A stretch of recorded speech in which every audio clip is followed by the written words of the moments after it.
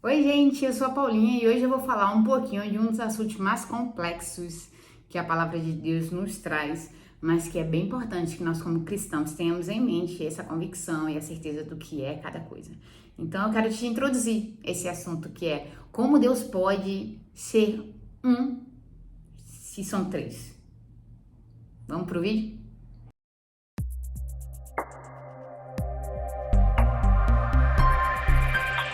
E para começar esse vídeo, eu queria começar te fazendo desde já uma indicação que foi algo que me deu base para comentar esse texto aqui com vocês. Tem outros livros, mas esse aqui é sensacional porque ele junta isso aqui, ó.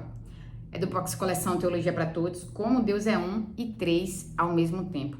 Foi escrito pelo Pedro Pamplona, tem a introdução lá, o prefácio, é com o Bibo Talk, tá muito bom esse livro, tá? Eu vou, inclusive, depois, no final, ler um texto dele que ajuda muito no nosso entendimento. Mas hoje, como eu já te falei no vídeo de introdução, no trecho, né, da introdução, a gente quer falar sobre a Trindade, sobre como Deus pode ser um e ser três. Porque algumas pessoas têm dúvidas com relação a isso. Do ponto mais simples, tá? Não tem como esgotar tudo aqui, porque seria um vídeo gigantesco. E eu ainda estou estudando muito sobre isso, pesquisando muito. Mas a base que você, como cristão, precisa ter na sua mente é que não são três deuses. Aí você pode dizer, Paulinha, mas como é que a Bíblia chama o Pai de Deus, o Filho de Deus e o Espírito de Deus e não são três deuses? Ou será que Jesus não é Deus? Só Deus que é Deus? Só o Espírito Santo não é Deus? Só Deus que é Deus? Eu fico confusa, Paulinha, como é que faz? Eu vou te mostrar alguns textos na Bíblia. Vou colocar um texto de cada, mas se você pesquisar, você encontra mais textos na Bíblia que provam que a Bíblia diz que Deus Pai é Deus, que Deus Filho é Deus, que Deus Espírito Santo é Deus. Mas a Bíblia também diz que é apenas um único Deus. E daí pode dar uma explosão assim na tua cabeça. Como que pode? E eu vou tentar te explicar isso de um jeito bem prático, bem simples e bem rápido. Isso é o ponto fundamental, tá? Obviamente você precisa estudar mais essa teologia sobre a Trindade e tal, do Deus trinitário que nós temos, mas eu vou te dar uma base para você poder conseguir pelo menos defender ali a sua convicção caso alguém te pergunte. Pra você explicar de um jeito bem simples. Vamos lá? Primeiro aspecto. Deus Pai é Deus. E aí a gente não tem dúvida, porque desde o Antigo Testamento isso já vem sendo muito martelado. É o Deus que fala com Moisés, é o Deus que fala com Abraão, é o Deus que vai enviar seu filho, porque Deus amou o mundo de tal maneira que deu o seu filho unigênito. Que Deus é esse? É o Deus Pai. É o Deus que deu o seu filho, Deus Pai. João 13,16 vai falar sobre ele. Deus amou o mundo de tal maneira que deu o seu filho, para que todo aquele que nele crê não pereça, mas tenha vida eterna. Em 1 Coríntios, aliás, em várias das cartas que Paulo escreve, mas eu vou citar aqui 1 Coríntios porque foi o que eu deixei anotado, no capítulo 1, versículo 3, Paulo ele vai dar uma saudação para a igreja aos Coríntios. Ele vai dizer assim: a vocês, graça e paz da parte de Deus, nosso Pai. Então a gente tem essa figura do Deus Pai presente de Gênesis até Apocalipse, ela é bem forte, ela é bem presente e sobre ela a gente com certeza não tem dúvida. Deus Pai é Deus. Foi ele quem criou todas as coisas e tal. Só que daí a gente tem as citações, inclusive no Antigo Testamento, falando sobre um espírito que paira. Falando façamos, ou seja, no plural, como se Deus Pai não estivesse sozinho. Mas o Antigo Testamento ele não vai ser tão direto, falando sobre dois filhos, sobre dois Espíritos Santo. Porque para o povo daquela época compreender isso seria quase uma doutrina politeísta. Então eles teriam dificuldade para entender. E Deus foi se apresentando, se revelando a eles pouco a pouco. E daí quando a gente chega nos profetas, a gente começa a ver Isaías profetizando, Ezequiel profetizando, Daniel profetizando, Jeremias profetizando, Osés e muitos outros. E essas profecias, principalmente de Isaías, vão apontar para um destino, para um filho. E quem é esse filho? O filho da semente de Davi, o filho de Deus. Esse filho de Deus é Jesus. E daí tem um texto de Tito, eu deixei marcado aqui para facilitar. Tito no capítulo 2, o versículo 13, Paulo escrevendo, né, a Tito, seu filho na fé, ele vai dizer assim, ó: enquanto aguardamos a bendita esperança, a gloriosa manifestação de nosso grande Deus e Salvador, Jesus Cristo. Então, Paulo está dizendo a Tito que Jesus Cristo é Deus. Ele é o nosso grande Deus e Salvador, Jesus Cristo. O Filho é Deus. Inclusive, o Filho vai falar em várias passagens: eu e você somos um. João 17, ele vai orar ao Pai pedindo por unidade, unidade da igreja, unidade dos seus discípulos. Ele vai dizer: assim como eu e você somos um, que eles também sejam um. E esse texto de João 17, ele é muito legal porque ele já vai trazer pra gente essa ideia que tem uma ligação entre o Pai e o Filho. Filho é Deus, Pai é Deus, mas de algum modo que não dá para explicar com palavras normais e comuns, eles são um. E Jesus afirma isso, Jesus não mente. E ele afirma, como eu e você somos um, que eles sejam um. Que haja unidade. É possível haver unidade com várias pessoas diferentes? Sim, é possível. Pense no seu organismo. O seu organismo ele tem diversas células, mas ele é um só corpo. Funcionando com vários membros, mas um só corpo. Então é possível ser um, sendo vários. É uma ideia de pluralidade e ao mesmo tempo de unidade. É essa ideia que o Espírito Santo, ou melhor, essa ideia que a Trindade nos traz. Deus Pai, Deus Filho, e a gente vai começar a falar agora acerca do Espírito Santo também. O Espírito Santo é o que é mais difícil você encontrar um texto na Bíblia falando que ele é Deus. Porque a gente vê muito o termo provém, aquele que provém de Deus, né? Mas tem um texto em Atos que deixa isso muito claro.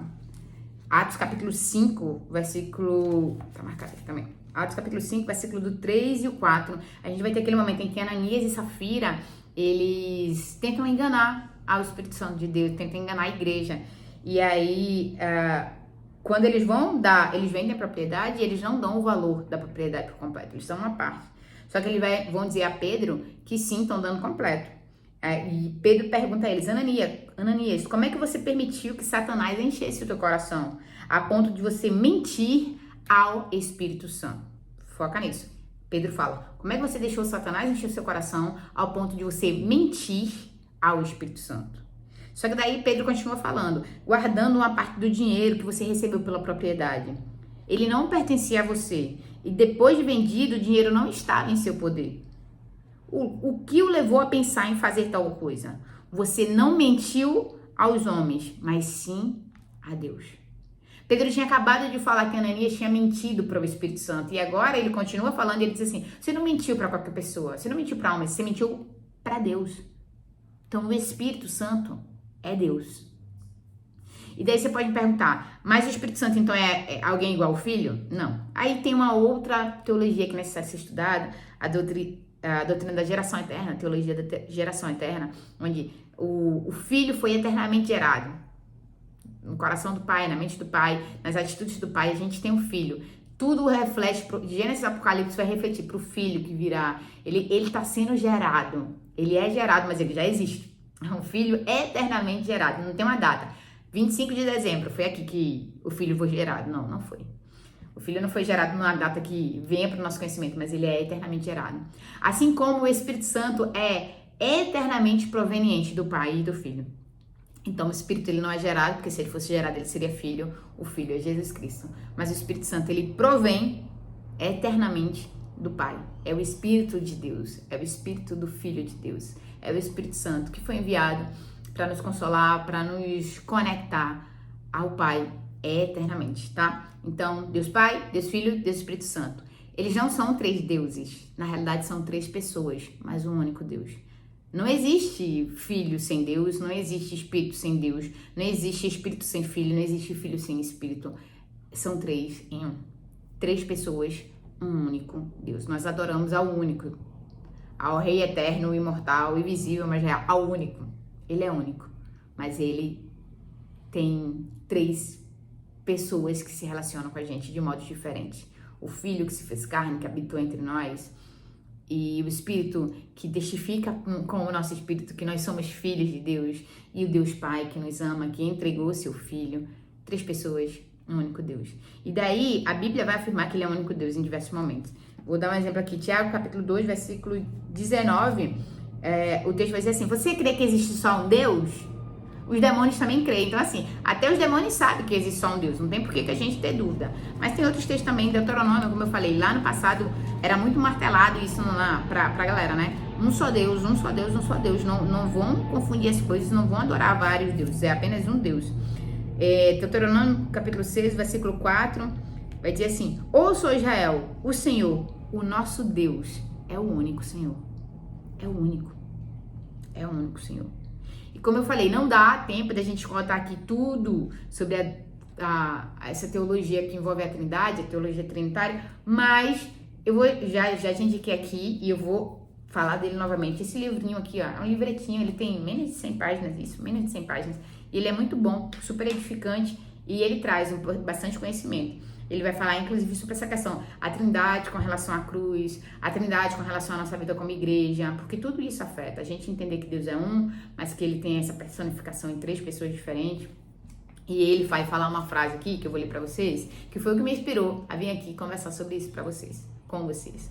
Ele diz assim, ó, ao olhar biblicamente para os conceitos de geração eterna, do Filho e procedência eterna do Espírito, encontramos as verdadeiras distinções entre as pessoas da Trindade. O Pai é o não gerado e não procedente. O Filho, portanto, o Filho é o gerado do Pai. O Espírito é o que procede do Pai e do Filho. Eles não são distintos em substância divina, não são distintos em idade, nem possuem corpos diferentes que estão em locais diferentes ao mesmo tempo. Pai, Filho e Espírito Santo são distintos em suas relações eternas um com o outro. A individualidade de cada um se constitui não a partir de si mesmos, mas dos outros. Eles existem em unidade de substância e numa pericorécia amorosa, na qual suas relações perfeitas dizem quem é um e quem é o outro. É por isso que nenhum deles pode existir sem o outro. Nas relações eternas de origem, esta é a pluralidade da Trindade. Então, eles não existem uns sem os outros. E essa individualidade deles não é para que eles se tornem um ser separado. É para que eles tenham essa relação um com o outro. Para que todos eles sejam importantes uns para com os outros. Então, é sobre a unidade do corpo. Então, a pluralidade, quase que não sai. A pluralidade entre eles é para que exista a unidade. Assim como um corpo é feito de muitos membros e essa pluralidade ela existe na igreja, para quê? Para que no final a gente seja um. Imagine várias versões de você na igreja. Isso não é unidade. Isso não é unidade. Várias versões da mesma pessoa na igreja, a gente não tá conseguindo unir coisas. A gente tá sendo um. Só um e não tem divergência, não tem diferentes perspectivas, não tem diferentes visões.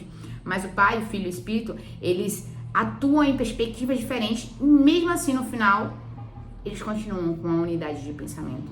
E é isso que precisa ser refletido na igreja. Então eu sei que é muito profundo. Esse vídeo aqui de 11 minutos, 12 minutos, ele não vai esgotar tudo pra vocês. Não dá pra ficar sabendo tudo. Mas é importante a gente começar a estudar sobre isso, a gente se aprofundar. Mas aí se alguém te perguntar como é que Deus é 3 em 1, aí você vai conseguir responder pelo menos isso. Não são 3 deuses, é apenas um Deus. Só que são 3 pessoas, 3 formas de se relacionar entre eles e com a criação diferente. Então a gente tem a figura do Deus Pai, que quer uma família, a figura do Deus Filho, que quer uma noiva, que quer um corpo, que quer uma igreja constituída e que discipula pessoas para isso, para que vão e ensinem a obedecer, e a figura do Deus Espírito, que quer uma morada entre nós. Então são formas de se relacionar diferentes de um único Deus. E é isso. Espero de verdade que você tenha gostado, espero ter te ajudado e contribuído. Como eu falei, é um assunto muito profundo. Inclusive o próprio Pedro Pamplona, quando você vai lendo, você vai percebendo.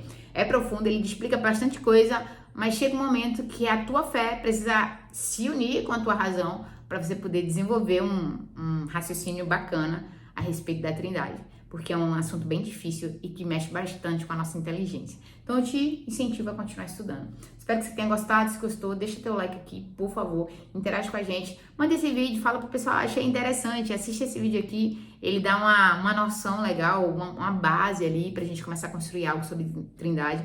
E daí, a partir daí, você começa a estudar, a se aprofundar, buscar uma teologia sistemática, até mesmo uma teologia bíblica, mas especial sistemática nesse caso, para estudar um pouquinho mais sobre o Espírito Santo, sobre o Filho, sobre o Pai, enfim, seguir aprendendo, tá bom? Fica com Deus e, de verdade, foi um prazer ter você aqui. Até o próximo vídeo. Tchau, tchau.